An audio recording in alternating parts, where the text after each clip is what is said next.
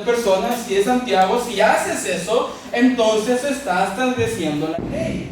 Versículo 10. Porque cualquiera que guardare toda la ley, pero ofendiere en un punto, se hace culpable de todos. Como podemos ver, nadie se puede salvar. Si obedeces 95% de la ley, 99.9% de la ley, pero faltas uno, entonces te vuelves transgresor de toda la ley. Bajo estos términos que muestra la Biblia, ¿quién puede decir yo? Bajo estos términos que pone la Biblia, ¿quién puede decir, mira cómo Dios me ha bendecido porque yo? Esto es la enseñanza que da Jesús con el joven rico. Porque el joven rico viene con Jesús y le dice, Señor, ¿qué tengo que hacer para ganar el cielo? Y ahí la pregunta ya está engañosa, porque dice, ¿qué tengo que hacer yo para ganar el cielo? Y Jesús dice, sencillo, hijo, sigue los mandamientos. ¿Y cuál fue la respuesta del joven? Desde mi niñez, desde mi juventud, los he seguido. Desde ahí mintió. De hecho, Jesús le dice, ¿por qué me dice Señor bueno? Solamente hay uno bueno, y ese es Dios. Y casi el joven dice, sí, Dios y yo. Porque si has cumplido la ley perfectamente desde tu juventud, como de veces digo de broma, pues ¿qué haces aquí con los mortales? Pero Santiago está diciendo que si en un punto rompes, entonces rompes en todos. Y este es un gran peso para nosotros, porque aquí muchos de nosotros tratando de vivir y de ganar el cielo a través de la ley. Y ahorita voy a aclarar, porque no quiero que se entienda como que puedes pecar. No puedes pecar, pero hay algunos que tratan de ganar el cielo y el favor de Dios con la ley. Pero dice Santiago, si fallas en uno, ya fallas en todas. ¿Qué tan bueno puede ser eso? ¿Qué tan fácil puede ser eso? Romanos 3, 9 al 12. Vemos también la depravación del hombre. ¿Qué pues? ¿Somos nosotros mejores que ellos? En ninguna manera. Pues ya hemos acusado a judíos y a gentiles que todos están como ¿quiénes? Todos están bajo pecado. Versículo 10. Como está escrito, no hay justo, no hay ni uno. No hay quien entienda, no hay quien busque a Dios. Todos se desviaron, aún se hicieron inútiles. No hay quien haga lo bueno, no hay ni siquiera uno. Me acuerdo de Sodoma y Gomorra. Cuando Dios le dice a Abraham, voy a destruir a Sodoma y Gomorra, dice, no, pero si encontraré cuántos, 20. Ah, bueno, dice Dios, encuéntrame 20. Y no, mejor 15.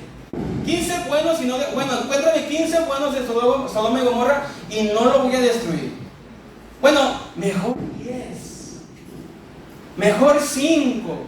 ¿Por qué? Porque dice la Biblia que no hay ni siquiera uno. No hay nadie que busque a Dios, no hay quien entienda, no hay ningún justo, no hay nadie que busque o haga lo bueno. Por lo tanto, mis hermanos, ¿qué esperanza tiene el hombre fuera de Cristo? ¿Qué esperanza tiene el hombre fuera de nuestro Señor Jesucristo? ¿Qué esperanza tiene el hombre fuera de Cristo? No hay uno.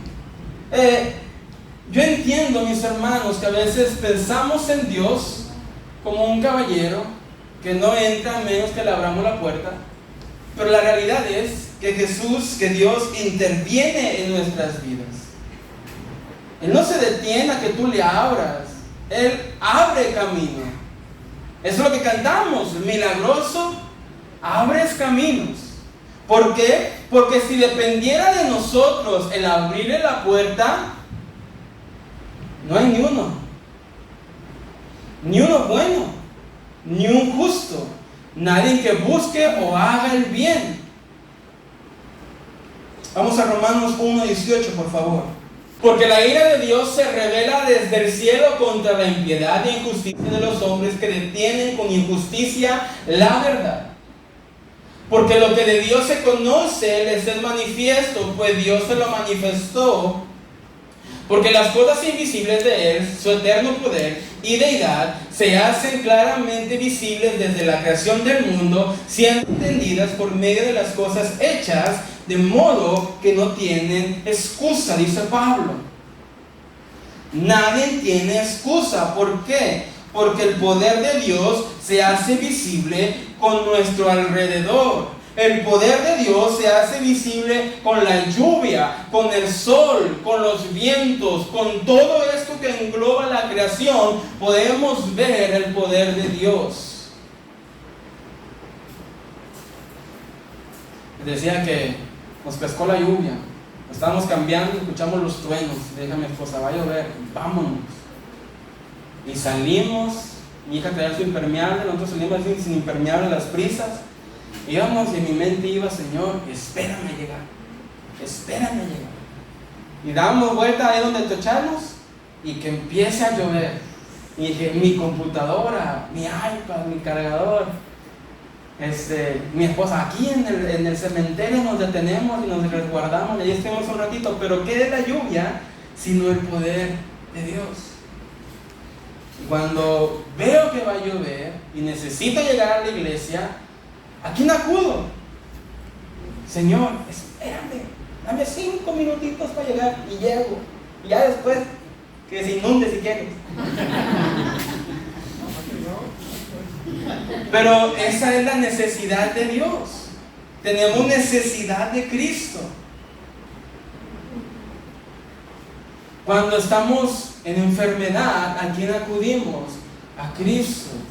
Claro, pedimos oración a los hermanos y pedimos oración a los hermanos, y esto es bueno, la Biblia lo manda, pero la fuente de la sanidad, la fuente de poder, en quien realmente está nuestra confianza, es en Cristo.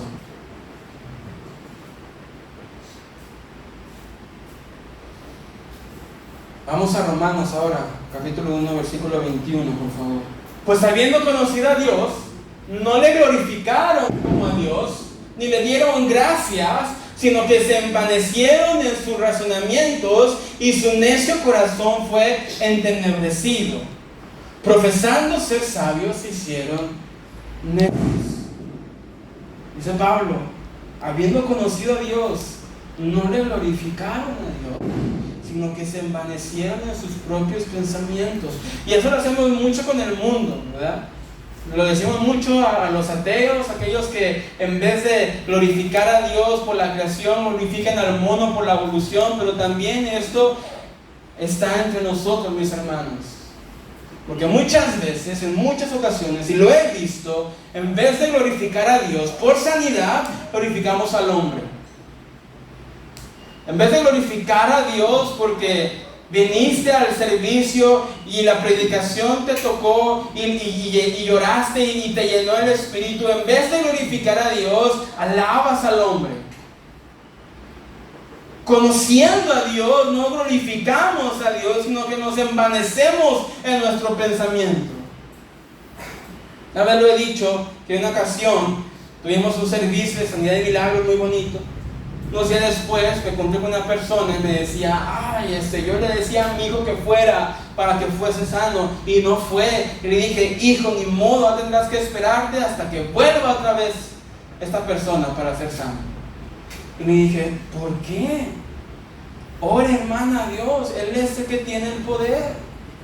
¿Por qué? Porque muchas veces, aún conociendo a Dios, aún viendo su poder, aún viendo su soberanía, nos envanecemos, nos entenebrecemos en nuestro pensamiento y glorificamos al hombre. Ay, qué bonito ora, ay, qué bonito canta, qué bonito predica. Es que cuando él está, fulanito está, siendo la presencia del Señor, le hacemos así. Mis hermanos, nosotros somos solo vasijas de barro rotas. El digno de gloria y el digno de honor es Jesús. Imagínatelo así, yo vi esta ilustración y me encantó. Imagínate que en un día tú tienes mucha hambre y pides una pizza. No sé cuál es tu pizza favorita. A mí me gusta la de Juárez y la de Morelos. Son las buenas, las recomiendo. Las que no me están pagando, ¿verdad? Pero imagínate que tú pides una pizza y llega la pizza y tú agarras la caja y tiras la pizza y es qué bonita caja. Mi caja. No, ¿verdad? Es al revés. Tiras la caja y te come la pizza. ¿Por qué? Porque lo que te interesa es la pizza, lo de adentro, el mensaje, la comida.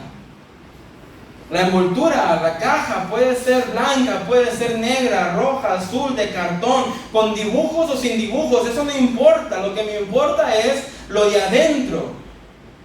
Y es lo mismo aquí, mis hermanos. Aquí podemos ser altos, fuertes, saber hablar, saber cantar, no saber cantar, pero lo que importa es el mensaje que estamos llevando, que es el Evangelio. El cascarón, la caja donde viene el producto, eso se desecha. El mensaje es lo que prevalece en tu corazón. Profesando, conociendo a Dios, no glorificaron a Dios. Y ahora, esto no estoy diciendo que cuando venga algún invitado, cuando venga alguien a predicar, digamos, no, claro que no, lo vamos a honrar y lo vamos a bendecir, pero hay que recordar que la fuente de todo, la necesidad tuya y mía, es de Cristo Jesús. Por esta razón, mis hermanos, a veces se dice en forma de chiste, pero es triste en verdad que cuando hay convivio, se llena. Pero cuando no hay convivio, cuando hay comida, ahí sí llueve, truena, relampaguea. Pero cuando no hay comida, ¿por qué? Porque nos olvidamos de la necesidad que tenemos de Cristo. Nos olvidamos. Versículo 23, por favor, Josué. Y cambiaron la gloria de Dios incorruptible en semejanza de imagen de hombre corruptible, de aves, de cuadrúpedos y de reptiles. Viendo la gloria de Dios, preferimos glorificar al hombre, al animal, a lo que podemos ver, sentir o tocar. Pero Romanos 6:23 es claro y dice que la paga del pecado es muerte. La paga del pecado es muerte. Cuando violentamos la ley de Dios, estamos tomando muerte. No importa que digas tú, bueno, solamente es uno. Bueno, solamente es una mentira. Bueno, solamente es alguien en casa. Nadie me vio. Nadie estuvo de testigo. Eso no importa. Cuando violentamos la ley del Señor, la paga del pecado es nuevamente muerte. Y hay que entender este primer punto para recordar que necesitamos de Dios, la caída del hombre. Todo hombre ha caído. Todo hombre ha pecado. Todo hombre es condenado y está condenado al castigo eterno, a menos que sea salvado. Punto número 2. Tenemos la necesidad de un Salvador. Si el hombre ha caído, entonces necesita ser ¿qué? Salvado. Si el hombre ha pecado, necesita ser salvado. Una vez hice esta pregunta en el discipulado 2. ¿Cuál es el estándar de Dios para ir al cielo? La respuesta es perfección. ¿Cuál es el estándar de Dios para ir al cielo? Ser perfecto. Ser santo como yo soy santo. La pregunta es, ¿quién es perfecto? Nadie. ¿Y hay personas en el cielo? Sí. ¿Por qué? Porque hubo uno que fue perfecto. Vamos a entrar más adelante en eso. Pero el hombre necesita un Salvador. El hombre necesita un Salvador. Vamos a Deuteronomio Capítulo 28, por favor, versículo 15. Deuteronomio 28, 15. Ya vimos las bendiciones en el versículo 1 y versículo 2. Ahora toca las maldiciones en el versículo 15.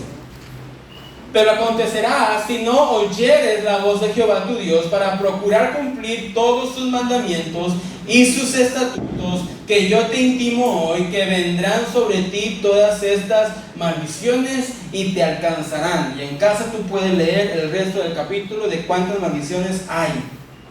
Pero el mensaje es claro, dice Deuteronomio: si obedeces completamente, te ganas esto. Pero si no obedeces completamente, te ganas esto otro.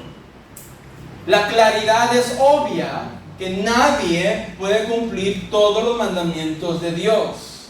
Entonces, mis hermanos, nadie puede tener un orgullo o puede glorificarse en sí mismo presumiendo o diciendo que somos o tenemos tal cosa por lo que hacemos o no hacemos todos los días. Porque el mensaje es claro, todos los mandamientos. Y el mensaje es claro, Santiago dice que si rompes una, rompes todas. No hay ni uno bueno, ni uno justo. Todos se hicieron inútiles, dice la palabra del Señor. Entonces vemos la caída del hombre y vemos que el hombre está bajo maldición, está condenado, está siendo encaminado hacia el lago de fuego. Pero aquí, mis hermanos, que en la actualidad, el hombre piensa que puede salvarse por sí mismo. En la actualidad, el hombre piensa que es una especie de Dios o de superhombre que puede salvarse a sí mismo, pero la misma Biblia nos muestra que ningún hombre se puede salvar, ninguno. ¿Quién se salvó solo en la Biblia? Moisés, un hombre humilde, el más humilde de la tierra, decía la palabra del Señor, falló una vez y no pudo alcanzar la tierra prometida.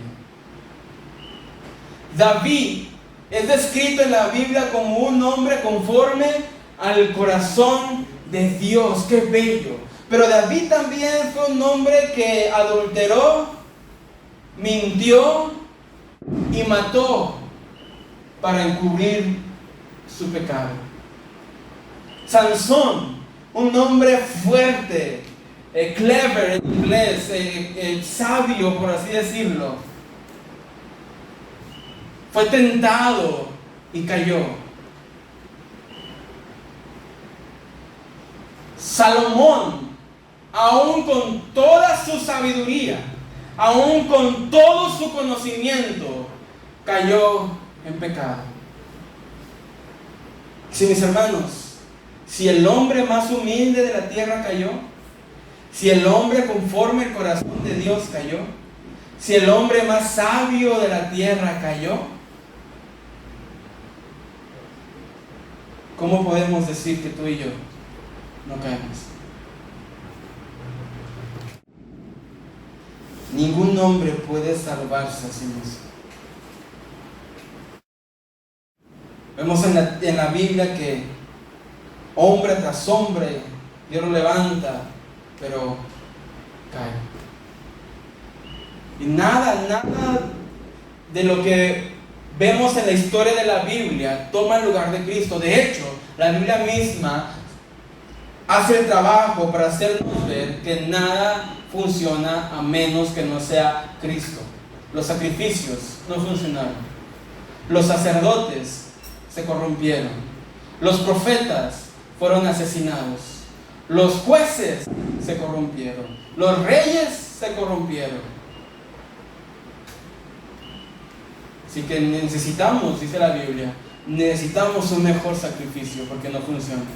Necesitamos un mejor sacerdote, un mejor rey, un mejor profeta, un mejor juez. necesitamos la salvación para el hombre. ¿Y en dónde lo encontramos? En Jesucristo, nuestro sacrificio, nuestro juez, nuestro sacerdote, nuestro profeta.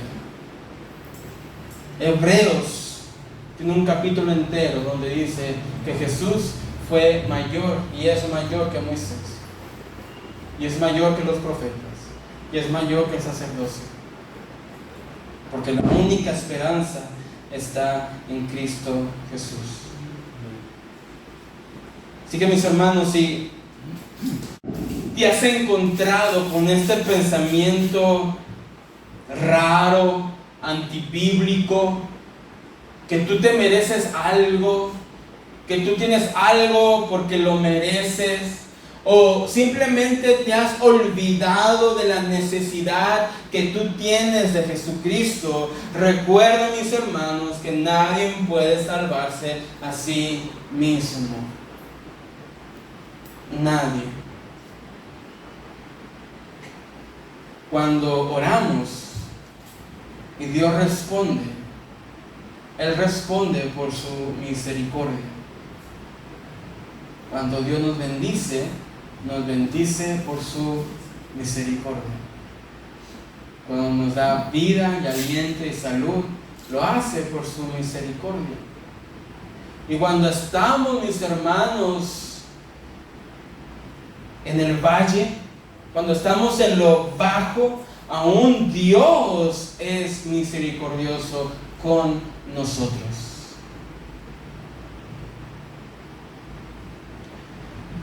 Piénsalo así. ¿Qué merece un pecador? ¿Qué merece un pecador que vive en contra de la ley de Dios, en contra de su voluntad, que es enemigo de Dios, como lo describe la Biblia? ¿Qué merece un pecador? La respuesta rápida es el infierno. Sí, claro, pero también merece vivir, merece comer, merece vestir. Así que aún, mis hermanos, aún en los detalles que no vemos, pero aún en la comida, aunque diga son frijoles, aún esos frijoles son más de lo que merecemos. Y es por la misericordia de Dios que podemos. Punto número 3. Si vemos que el hombre necesita un Salvador, el punto número 3 se titula Cristo es nuestra única esperanza. El hombre necesita un Salvador y Cristo es la esperanza. Cristo en Mateo 5, 17 y 18 se autodenomina como el camino, la verdad y la vida. Eso lo vimos el domingo.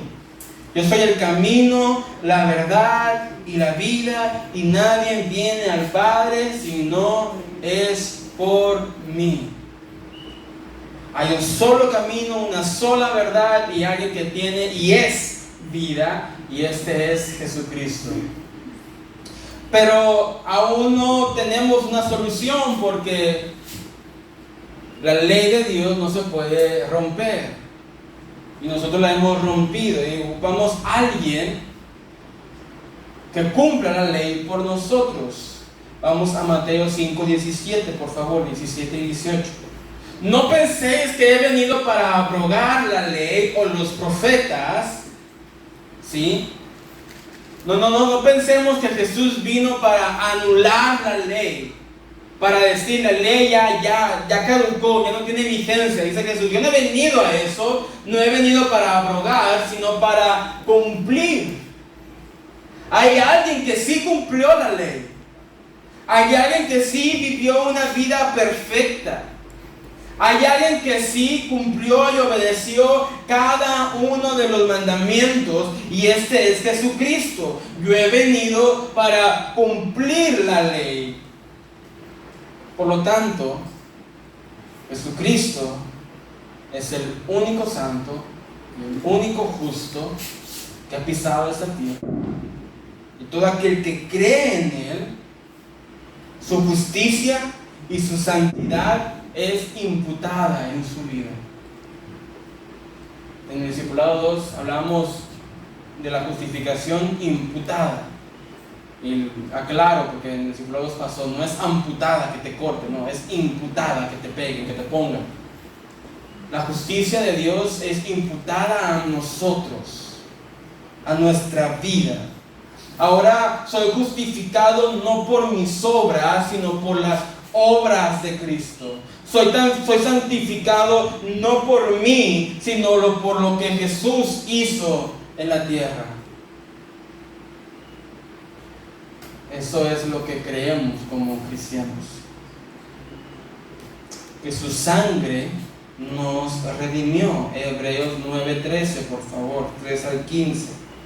Porque si la sangre de los toros y de los machos cabríos, si me la pueden buscar en la Nueva Traducción Viviente, porque si la sangre de los toros y de los machos cabríos y las cenizas de la becerra rociadas a los inmundos santifican para purificación la carne, ¿cuánto más la sangre de Cristo, el cual mediante el Espíritu Eterno se ofreció a sí mismo sin mancha a Dios, limpiará vuestras conciencias de obras muertas para que sirváis al Dios vivo? Y 15. Así que por eso es mediador de un nuevo pacto, para que interviniendo muerte para la remisión de las transgresiones que había bajo el primer pacto, los llamados reciban la promesa de la herencia eterna. Por eso Jesús es mediador, pero mediador de un nuevo pacto. Como hablábamos el jueves, este nuevo pacto Dios ya nos bendijo. Efesios capítulo 1. Bendito el Padre de nuestro Señor Jesucristo, en quien nos da toda bendición espiritual. Lo decíamos el jueves. Antes yo obraba para que Dios me diera. Ahora obro porque Dios ya me dio. Este es el nuevo pacto. Lo decíamos también en la ofrenda. Yo vengo y traigo la ofrenda no para que Dios me dé, sino en agradecimiento porque Él ya me dio. Toda la semana comí, toda la semana trabajé, toda la semana pude tener dinero. Yo ahora vengo y le agradezco por lo que Él ya hizo en toda la semana. Ahora veamos la traducción viviente. Me gusta cómo la traduce un poquito más claro. 13 dice: bajo el sistema antiguo, la sangre de cabras y toros y las cenizas de una ternera podían limpiar el cuerpo de las personas que estaban ceremonialmente impuras. Imagínense cuánto más la sangre de Cristo nos purifica la conciencia de acciones pecaminosas, para que adoremos al Dios viviente, pues por el poder del Espíritu Eterno, Cristo se ofreció a sí mismo a Dios como sacrificio perfecto por nuestros pecados. Por eso Él es el mediador de un nuevo pacto entre Dios y la gente, para que todos los que son llamados puedan recibir la herencia eterna que Dios les ha prometido. Pues Cristo murió para librarlos del castigo por los pecados que habían cometido bajo ese primer pacto. Dios, Cristo, murió para librarlos del castigo por los pecados que habían cometido bajo ese primer pacto.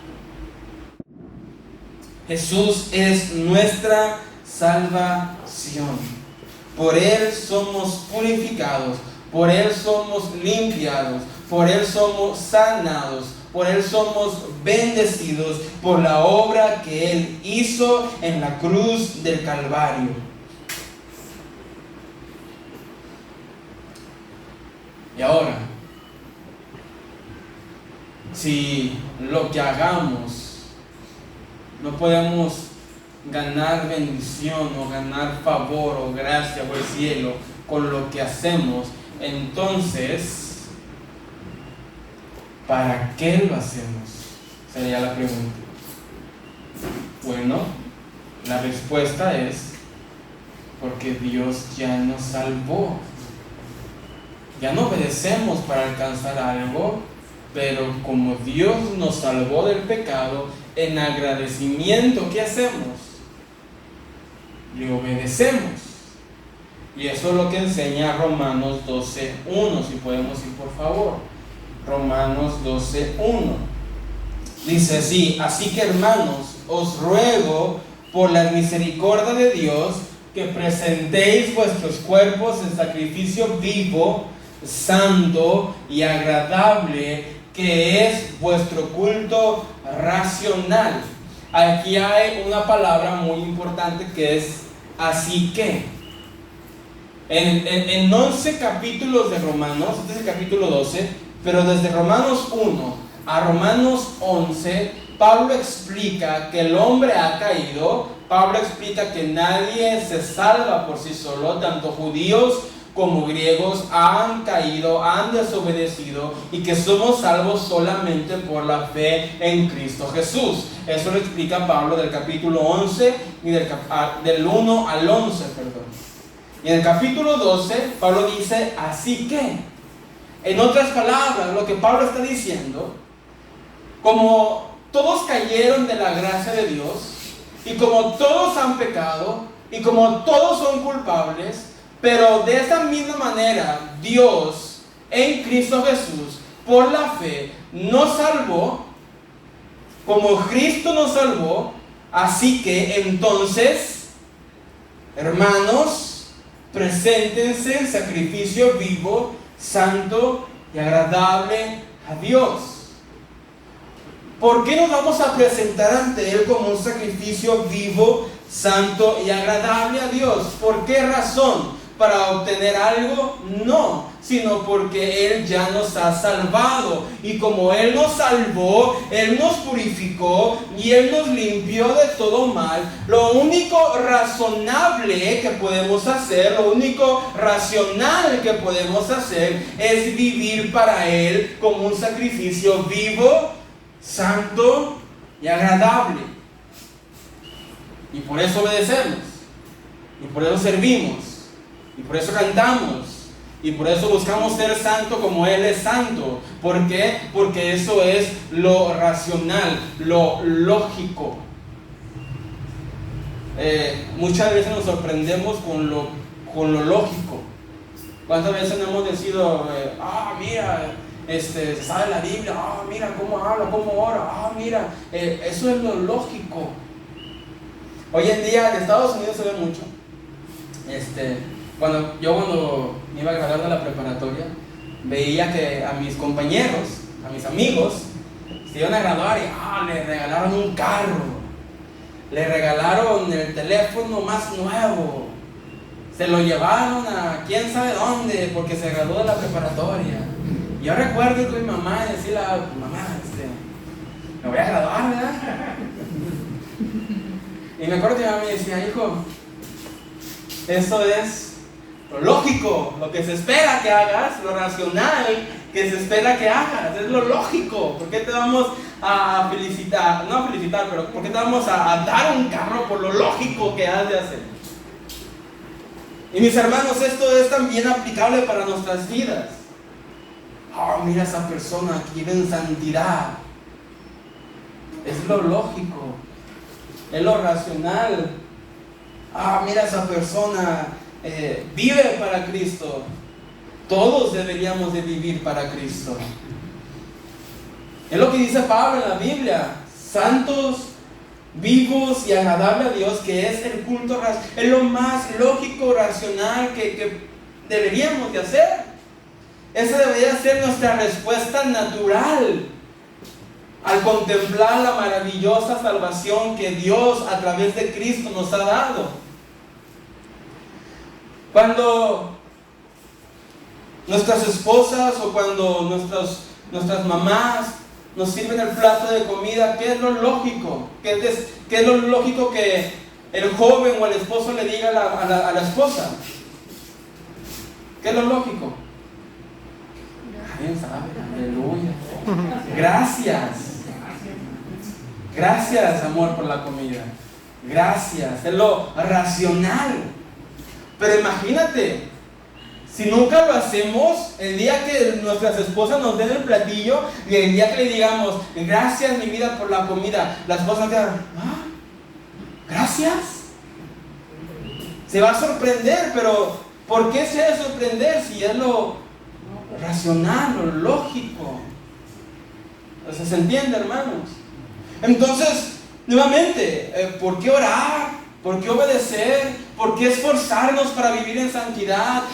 ¿Por qué venir y alabar y venir y hacer eso y hacer lo otro? ¿Por qué esforzarnos para vivir para Cristo? Porque es lo lógico que podemos hacer como agradecimiento por su salvación. No es para obtener algo. Que no estoy diciendo que Dios no nos bendiga, pero cuando tú tratas de hacer cosas solamente por obtener, entonces te estás olvidando de Cristo Jesús. Te estás olvidando de la necesidad que tienes de Cristo Jesús. Despertamos, es el agradecimiento. Cuando despertamos, ¿qué puede ser lo lógico que podemos hacer? Darle gracias a Dios. Señor, gracias. Cuando llueve, ¿qué es lo lógico que podemos hacer? Señor, gracias por la lluvia. La ropa, las plantitas. Tengo unas plantitas que mi suegra me explicó que hay que meterlas cuando llueve y sacarlas cuando ya está lloviendo, ya estoy yo metiendo y sacando. Pero ¿qué es lo lógico que debemos de decir? Gracias, Dios, por la lluvia. Gracias, Señor. Y ahora la última pregunta con la que quiero cerrar es: entonces, si es lo lógico, ¿por qué en muchas ocasiones nos encontramos, mis hermanos, con una apatía espiritual hacia Cristo Jesús? Porque muchas veces nos encontramos con una apatía en su alabanza, en la predicación, en la oración, en la lectura de la Biblia, en el agradecimiento. ¿Por qué nos encontramos con esta apatía espiritual? O ¿por qué nos encontramos con esta soberbia espiritual, pensando que es por nosotros, o por lo que hicimos, o por cómo nos comportamos? ¿Por qué nos podemos encontrar en estas dos circunstancias o situaciones? Bueno, la respuesta es simple. La respuesta es simple. Porque nos olvidamos de quién es la fuente de todo. Cuando estoy en soberbia espiritual, me olvido que es por Cristo que estoy donde estoy, que tengo lo que tengo, que soy lo que soy, es lo que dice Pablo en Corintios. Pero también cuando me encuentro en apatía espiritual, es porque he olvidado Dios, su pacto, su salvación y sus beneficios. Y la soberbia espiritual se ve cuando, hermanos, nos queremos levantar el cuello pensando que somos algo distinto a los demás. Y la apatía espiritual se puede ver cuando estamos en la alabanza, pero realmente no. Estamos en la iglesia, pero realmente no estamos. Estamos escuchando, pero realmente no escuchamos. Porque hemos quitado los ojos de Cristo y los hemos puesto tal vez en mí, o sea, no en mí, pero o sea, en ti mismo, o en el hombre. Y es cuando decimos, es que si fulanito no está, si fulanito no predica, si fulanito no canta, si la hermana no vino, es que Kevin ya no se ha tocado el chofar en todo el año y pues el chofar, ¿verdad? Cuando ponemos nuestra vista en otras cosas que no es Cristo Jesús, nos olvidamos de Él. Vamos a Salmo 103 para terminar. Salmo 103, versículo 1 al 5. Bendice, alma mía, Jehová, y bendiga todo mi ser su santo nombre. Bendice, alma mía, Jehová, y no olvides ninguno de sus beneficios. Versículo 3. Él es quien perdona tus iniquidades, Él es que sana todas tus dolencias, el que rescata del hoyo tu vida, el que te corona de favores y misericordias, el que sacia de bien tu boca, de modo que te rejuvenezcas como las águilas. Es aquí donde nos encontramos muchas veces olvidándonos de este tan bello. Dice el salmista: bendice, alma mía, Jehová, bendice y no te olvides ninguno de sus beneficios. Te faltan fuerzas, Él te fortalece. Estás dolido, Él te sana. Estás desalentado, Él te da aliento. Te sientes sin fuerzas y descaído, Él te rejuvenece como las águilas. Pero no te olvides de bendecir el nombre del Señor. Pongámonos de pie en esta tarde, mis hermanos. Cerramos nuestros ojos. Y creo que en muchas ocasiones nos podemos encontrar en esta situación. Nos sentimos fríos, nos sentimos apáticos, sin motivación de cantar, sin motivación de orar, sin motivación de estar sirviendo al Señor. Y la razón es porque hemos olvidado que Él es la fuente de todo. Bendice, alma mía, Jehová, y bendiga todo mi ser su santo nombre. Así que vamos a orar en esta noche. Y vamos a orar para que Dios nos recuerde que Él es la fuente de todo lo que necesitamos en esta vida. No olvidemos sus beneficios, no olvidemos lo que Dios hizo por nosotros, no olvidemos las bendiciones que nos ha dado, no olvidemos que Él es que nos fortalece, Él es que nos sana, Él es que nos ha salvado y Él es quien suple todas nuestras necesidades. Así que oremos y digamos al Señor: Señor, necesito de ti. Necesito de ti. Padre, Señor, en muchas ocasiones podemos olvidarnos que tú eres la fuente de todo en esta vida. Podemos olvidarnos que necesitamos de ti, que te necesitamos en nuestras vidas, en nuestros corazones. Pero Señor, no permitas que nos olvidemos.